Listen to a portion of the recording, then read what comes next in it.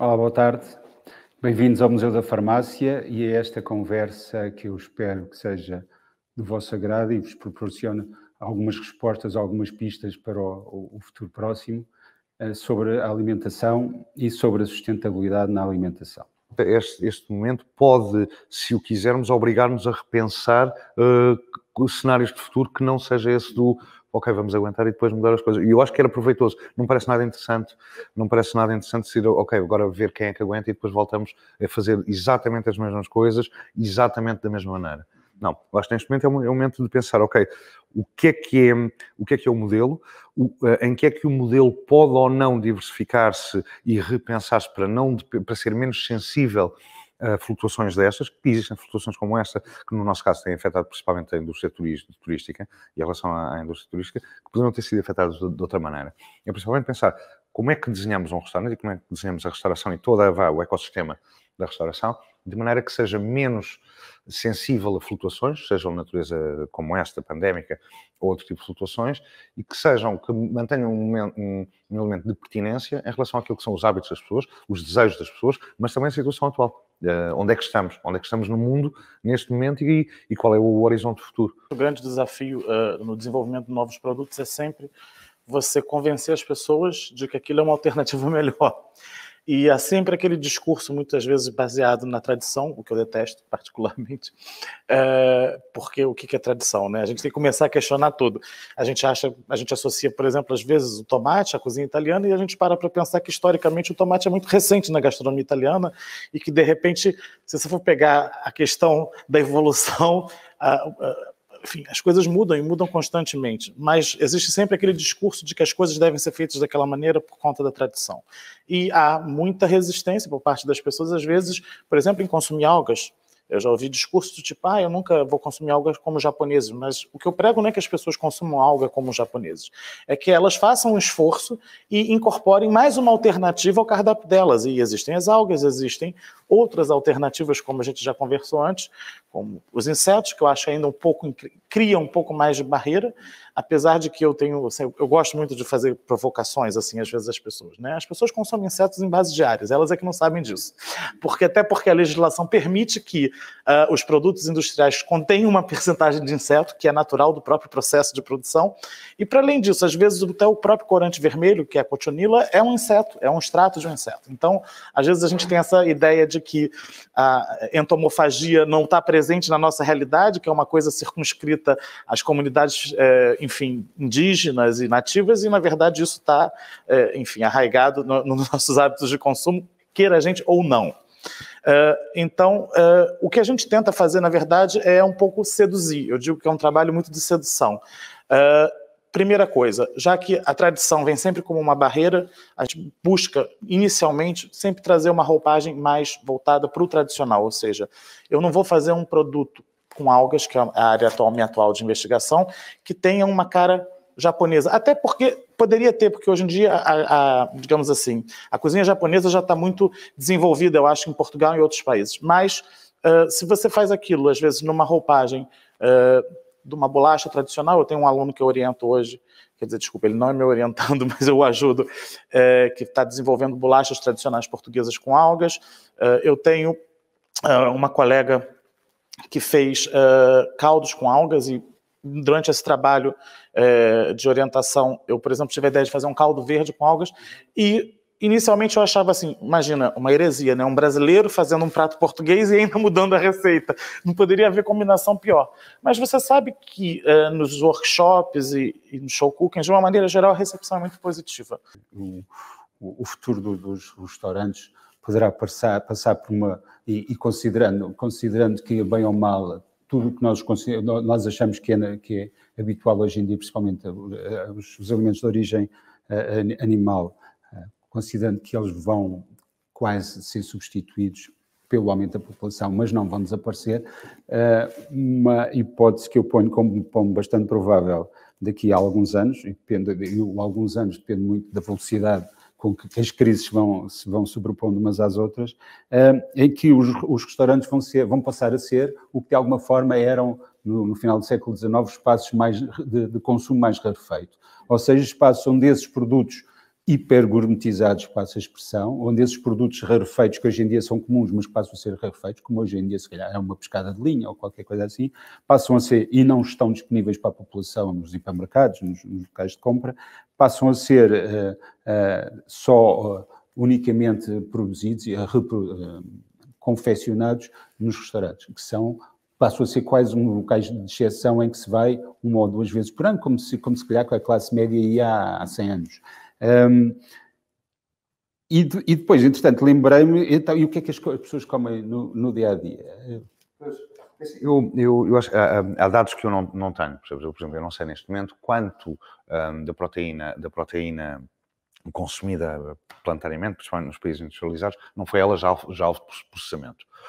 Eu digo, por exemplo, dou-te um exemplo. Quando apareceu a Impossible Meat, pronto, eu achei extremamente interessante, porque assim, se o sabor for interessante, é-me absolutamente irrelevante se eu estou a comer vaca ou uma proteína baseada em ervilhas. É absolutamente irrelevante. Ou seja, eu acho que a estratégia, aquilo que eu pelo menos penso como uma estratégia, é sempre uma estratégia de vários ramos, não é? Eu acho que isso que tu dizes faz sentido, porque há um lado, portanto, comer em restaurantes nunca é apenas uma questão de alimentar. É uma questão alimentar, mas é uma questão cultural e é uma questão social. Uma das coisas que se notou agora durante a pandemia foi perceber que as pessoas teriam alguma falta de comer fora, porque comer fora estás sempre a ser introduzido a coisas que não cozinhas em casa, quer tecnicamente, quer por acesso a produtos ou a ferramentas, etc. Mas também havia esse lado de coisas que tu não... portanto, havia esse lado e havia um outro lado que era um lado social. As pessoas tinham saudades, ou seja, fazia-lhes falta essa convivialidade, essa parte social. Eu acho que essa parte não vai desaparecer, portanto, ao contrário, há algumas pessoas que acham, ou que ponderam que haja um futuro em que tudo é takeaway. Eu acho que não, tal como com o aparecimento dos e-books e tudo isso, as livrarias não desapareceram. Foi a haver menos livrarias. Eu acho que isso vai acontecer. Vão passar a haver menos restaurantes, vai provavelmente acontecer isso. Os restaurantes vão ser sítios que vão ter uma oferta muito específica, essa sim então relacionada com uma relação com essa ideia de tradição ou de suporte, quase com uma ideia antropológica de tradição, mais a nível da produção, até penso, do que propriamente com o nível do receituário. Eu acho mais uma questão de, ok, vamos a este sítio onde os produtos vêm deste sítio e são cultivados de uma maneira tradicional, etc. Ao mesmo tempo, aliados com restaurantes. Esses sim, o tipo de restaurante industrial ou de cozinhas industriais, como são hoje os grandes grupos de cozinha, como McDonald's, Burger King, não sei o quê, que estes não têm absolutamente necessidade nenhuma de se manterem num modelo baseado em proteína. Porque aquilo que eles oferecem já é um produto extremamente processado, e ser processado a partir de proteína animal ou de proteína vegetal é irrelevante. Eu acho que neste momento, nos países industrializados, a percentagem de alimentos que são consumidos, que são já eles processados, é significativa. E se essa for substituída, é logo um bom passo no avanço, na diminuição da exploração enorme para a produção de proteínas animais. Depois, eu acho que isso diz, há essas resistências de que falavas. Desculpa interromper-te, tu podes ter um hambúrguer das cadeias internacionais exatamente com o mesmo sabor, mas feito com proteína de inseto. Eu passei no dia em que as pessoas souberem que aquilo é proteína de inseto, ou seja, ou as convences antes, ou depois... Eu acho que a proteína vegetal... Não estou dizendo que os insetos não teriam espaço, até porque são ainda mais sustentáveis do que as algas e do que os vegetais, mas... assim, acho que são diferentes níveis e diferentes. Eu acho que, por exemplo, muito possivelmente haveria mais chance de sucesso na comercialização das proteínas de origem animal, vegetal, do que da proteína de insetos. Acho que não... Mas, pensando naquilo que são as resistências, nós temos resistências em relação, por exemplo, ao consumo de animais que anteperformizamos, não é? Portanto, o golfinho não, porque há o golfinho não sei quantos. Pronto, os carnívoros... Sim, a disneyficação, não é? Temos problemas com o consumo de mamíferos carnívoros de topo. Sempre tiver, cães, gatos, tigres, o que for, não se comem, não é? Ursos, mesmo já é muito estranho, porque não comemos carnívoros. E depois há esses animais que todos os animais que sejam rastejantes são os insetos, mas também são os lagartos ou as cobras. Tudo o que esteja muito próximo ao chão e tem a ver com, sei lá, com esta nossa mentalidade e a formação judaico-cristã, tudo aquilo que está próximo do chão, tudo aquilo que toca diretamente a maior parte da superfície no chão, nós temos um problema. Pois é, Os caracóis não é bem no chão. Eu acho isso. Acho que vocês acabaram por reter alguns hábitos quase primitivos, não sei se a palavra é politicamente correta, mas e acho que é muito interessante a gastronomia de vocês, e exatamente por isso, que existem coisas que são bastante estranhas, digamos, ao resto do mundo e que para vocês é perfeitamente normal. O camarão, comparado com gafanhoto, é feio. Mas nós olhamos para aquilo e começamos a salivar, quase todos, mas começamos a salivar. Portanto, essa mudança de paradigma, parando um bocadinho, no teu restaurante, as pessoas que já lá, a maior parte das pessoas lá vão, já vão à espera, a primeira vez que já vão à espera de ser surpreendidas e de lhes romperes um bocadinho os paradigmas do que é a persona e a identidade que nós criamos ao longo destes anos é essa. As pessoas sabem que vão ter uma experiência que não é habitual. E eu sei onde é que vou encontrar resistências. Portanto, vou encontrar essas resistências e às vezes são coisas muito estranhas, que são pequenas resistências quando eu me limito a dar um passo ao lado. Por exemplo, uma coisa que era muito estranha, agora muito recente, com os caracóis. Eu fiz rissóis de caracóis. Os caracóis são um molusco. As ameixas são um molusco. Quer dizer, não... Portanto, para mim era absolutamente óbvio fazer rissóis de caracóis. Era uma coisa... Para os portugueses não era, porque há uma codificação, os caracóis comem-se nesta altura desta maneira. Portanto, ou seja, os caracóis têm um valor, a codificação cultural do caracol é maior do que a sua leitura como alimento. O caracol não é um alimento. O caracol é uma coisa que proporciona este tipo de convívio, este tipo de ocasião, mais do que um alimento. Tipo, a carne de vaca é um alimento, ou as ervilhas são um alimento. Podemos cozê-las, escalfá-las, fazer isto e aquilo. Os caracóis não, os caracóis são isto. São a hóstia, quase uma das hóstias da cozinha da cultura portuguesa. Tu ajudaste a desenvolver um produto que parte daquilo que estávamos a falar, da coisa mais tradicional de portuguesa, que é o pastel de nata, e depois vocês fizeram de uma maneira diferente. Fala lá um bocadinho. Sim. Esse foi um trabalho feito com uma colega do mestrado, onde eu ajudei mais numa parte analítica e com alguma coisa, enfim, alguma ajuda talvez no laboratório, nas tentativas e erros, porque apesar da gente achar que na ciência as coisas são todas muito planejadas, no final também é um pouco como a cozinha. Aliás, eu vejo imensas similaridades entre a cozinha e o laboratório. Então, assim, a Sônia teve a ideia de fazer um bombom de pastel de nata, ou seja, ela pegou um doce tradicional português, desconstruiu aqueles elementos e recombinou na forma de um bombom, que basicamente era uma esfera. Esfera essa que tinha uma camada muito fina de manteiga de cacau, que cumpria a função só de isolar a umidade do recheio do crocante do exterior. O exterior era tratado com açúcar que é higrofóbico, que é o isomalte, então ele se mantinha instaladíssimo por muito tempo. E no interior era um creme, e dentro desse creme tinha, enfim, aqueles ingredientes tradicionais, né, como os ovos, a canela, o limão, e no centro desse pastel de nata tinha também a canela, ou seja, como a canela normalmente é uma coisa que se adiciona no momento do consumo, ela teve a ideia de combinar no interior do bombom uma esfera que, digamos assim, que se partia quando você trincava e que tinha sabor a canela.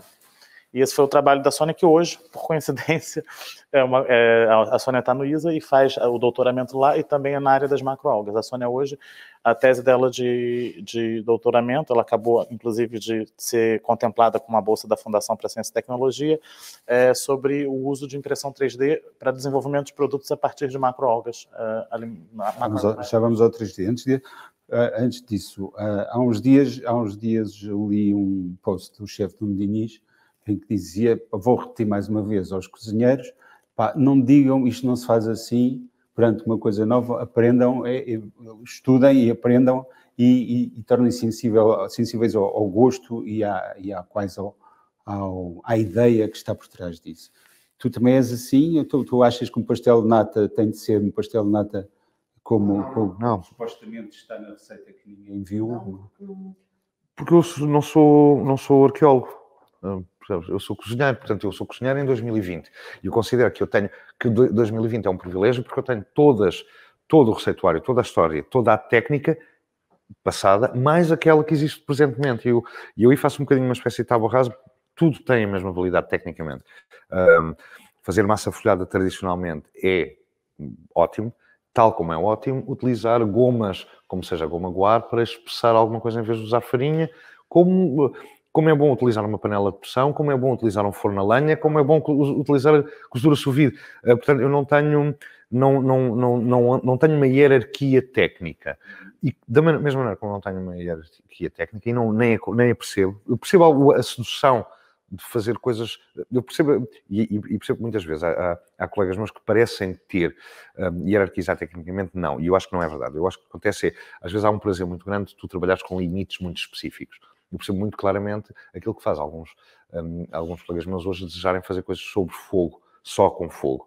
E percebo perfeitamente porque aquilo é uma coisa que tu reduzires dramaticamente aquilo que é o teu léxico técnico e poderes, ou seja, tu estás a criar uma situação propositadamente difícil para criares um desafio suplementar. E eu percebo perfeitamente isso, porque é uma coisa que às vezes eu também tenho. Isso é um lado, mas depois o outro lado é, não há uma hierarquização, porque todas as técnicas têm a mesma qualidade e a mesma coisa é, se nós hoje, em Portugal, eu não sei quantas toneladas de tomate consumimos, ou quantos quilos de tomate consumimos per capita, quantos quilos de batata consumimos per capita, quantos quilos de, sei lá, pimento, etc. Portanto, imagina, todas as cápsicas que vieram da América Central.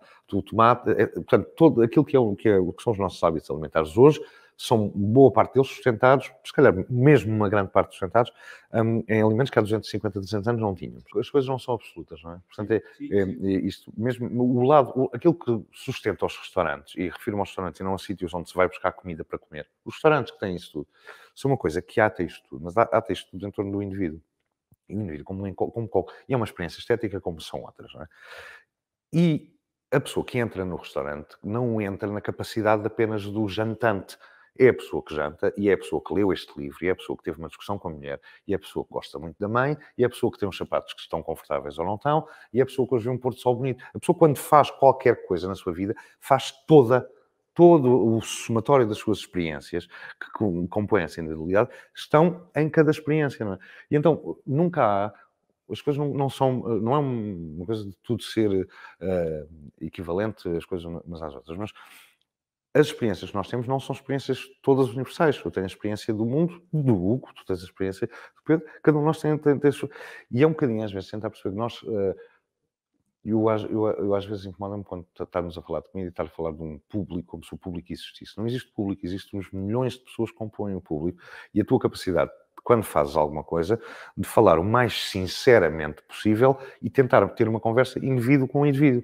Por isso é que estar a tentar uma conversa em que eu estou a tentar adivinhar, ou seja, no caso de conversa, diga-se um prato, em que eu estou a adivinhar qual é o teu gosto universal. Não, eu vou falar o mais sinceramente comigo e depois vou ter a possibilidade de gostar ou de rejeitar. Mas eu pelo menos falei sinceramente. E se tivermos alguma conversa, se tu gostares, não sei o quê, pelo menos aí é uma conversa produtiva. Não vai ser se eu fizer uma coisa em que eu estou a adivinhar o teu gosto médio, não é?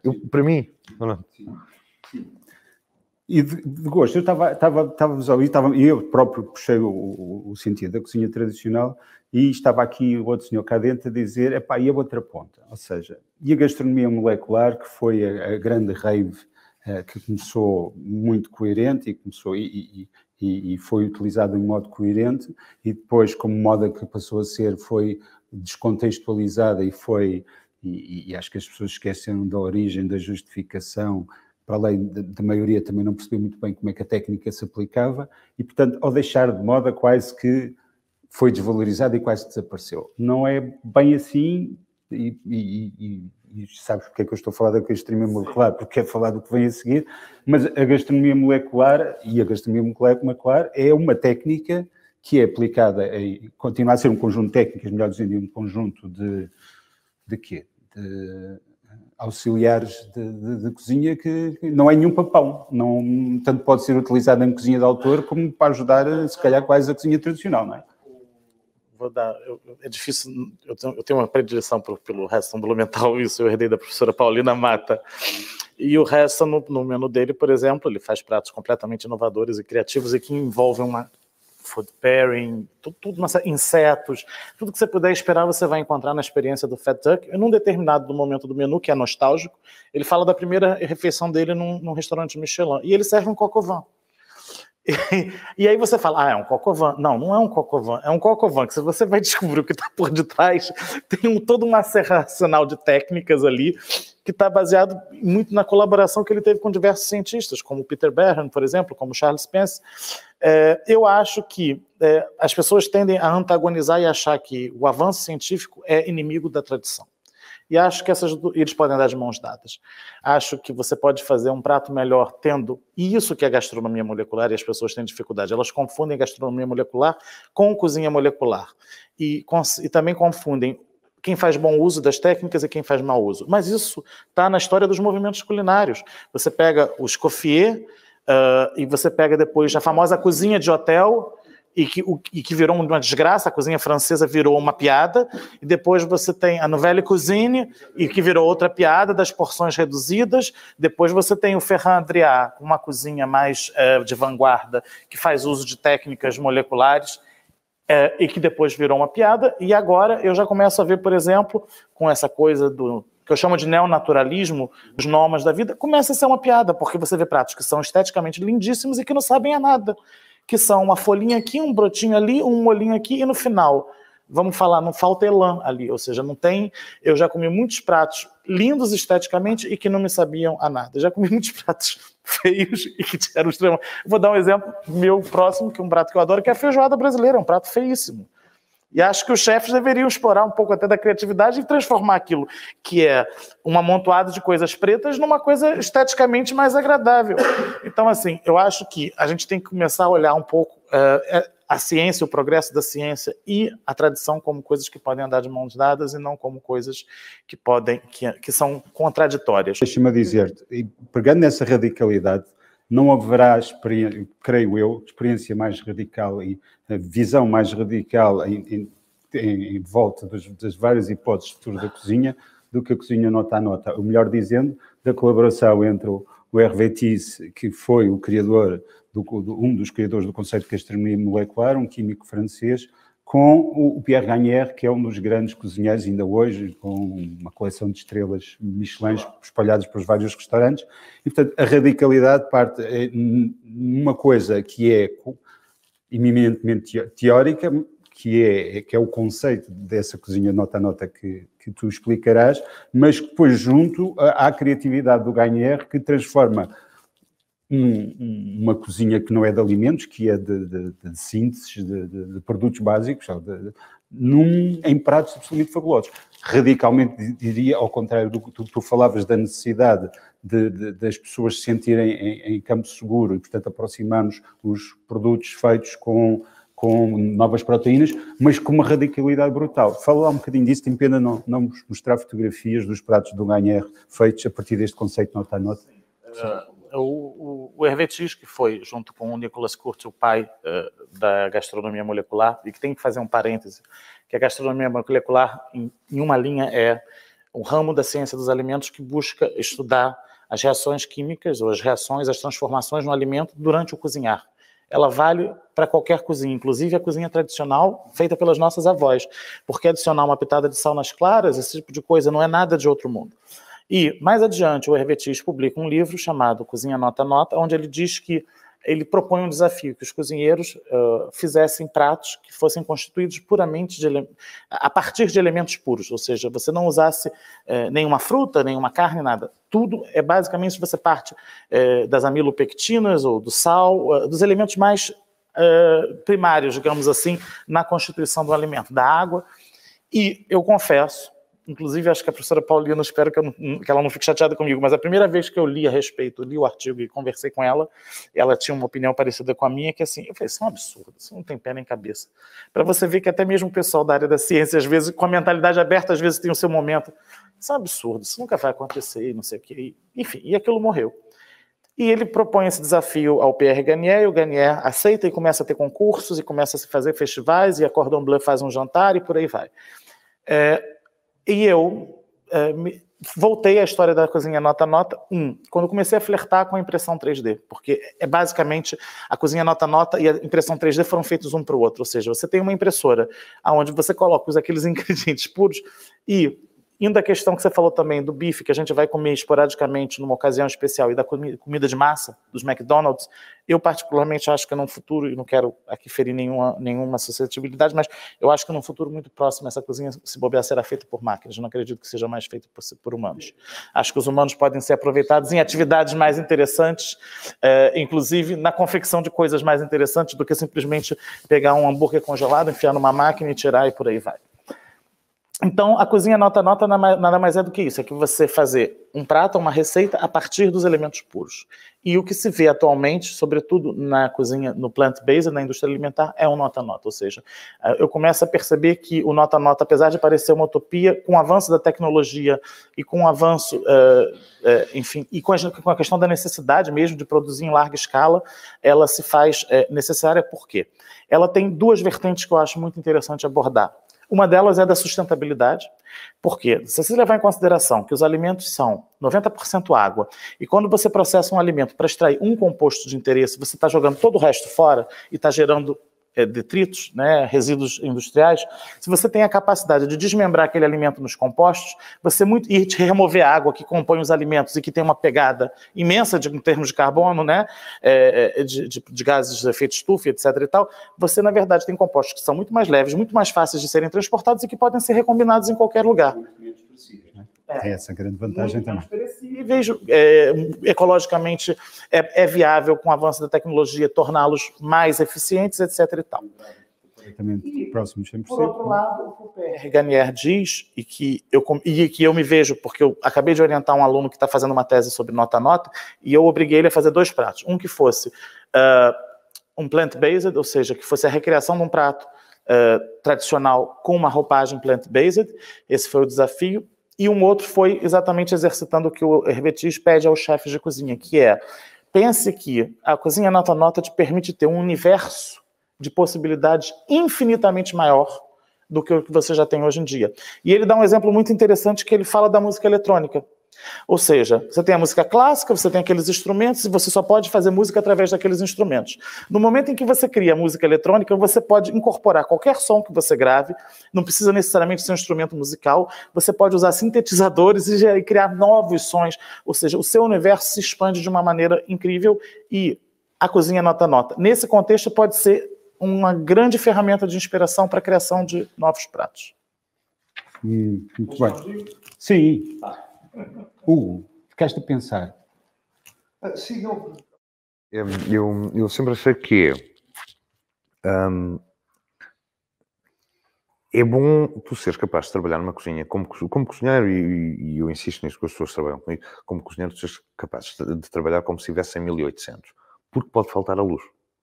Pronto. E portanto, tu nunca deves estar... A tua criatividade e mesmo a tua capacidade técnica como cozinheiro não deve estar nunca dependente de ferramentas. O facto é que as ferramentas existem e as técnicas existem.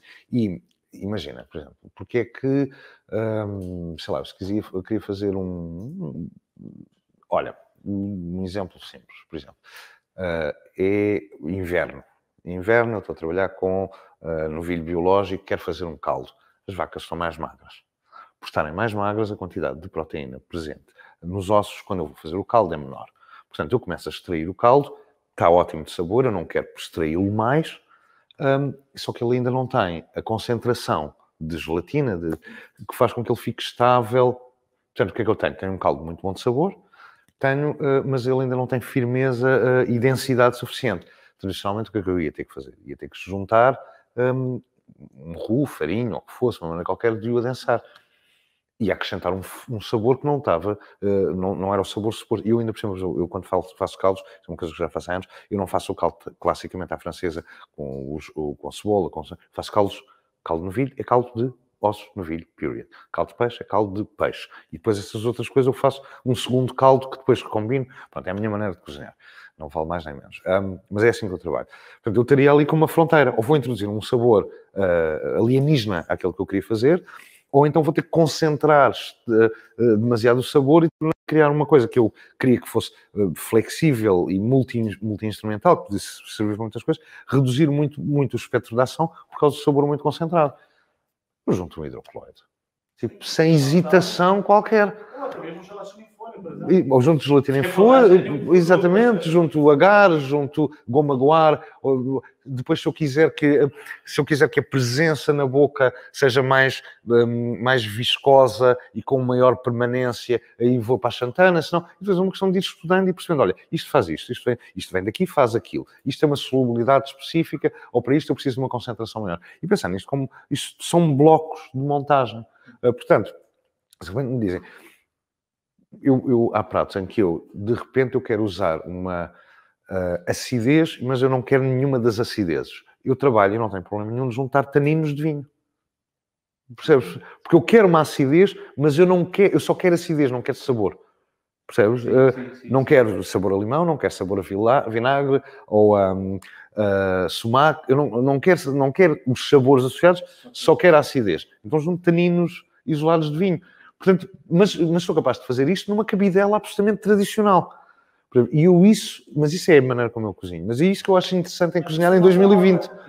Pois, isso é nota. Eu sou capaz de estar a fazer uma cabidela tradicional, mas estar já a trabalhar com princípios que têm a ver com isto, com o facto de nós hoje temos uma série destes elementos isolados e eu poder escolher aplicá-los, no caso é quase cirurgicamente, mas poder realmente aplicá-los desta maneira. Olha, eu aqui quero... Ou seja... Porquê? Eu acho que um bom exemplo da maneira como eu concebo a cozinha, há pessoas que não concebem desta maneira, é a manteiga, por exemplo, manteiga francesa, doce, sem sal, com grãos de sal. É a manteiga que eu gosto, porque eu não quero uma manteiga uniformemente salgada, eu quero uma manteiga com a surpresa textural dos grãos de sal, e para mim, isto é que eu não quero, ou seja, eu não quero que, imagina que eu estou a fazer, um taco, eu não quero que a tortilha e o recheio e a salsa tenham todos o mesmo ponto de sal. Eu quero que isto esteja salgado demais, isto salgado de menos. Eu quero que o jogo seja um jogo que me crie nunca monotonia na boca, porque eu estou a cozinhar num restaurante, eu não estou a cozinhar em casa, não estou a fazer comida de conforto. Se eu estivesse a fazer comida de conforto, eu pretendia uma coisa. Agora eu estou a cozinhar num restaurante, onde eu acho que é sempre... Nós estamos a cozinhar, como se diz, às vezes, sob o barulho das luzes. É sempre uma cozinha espetáculo.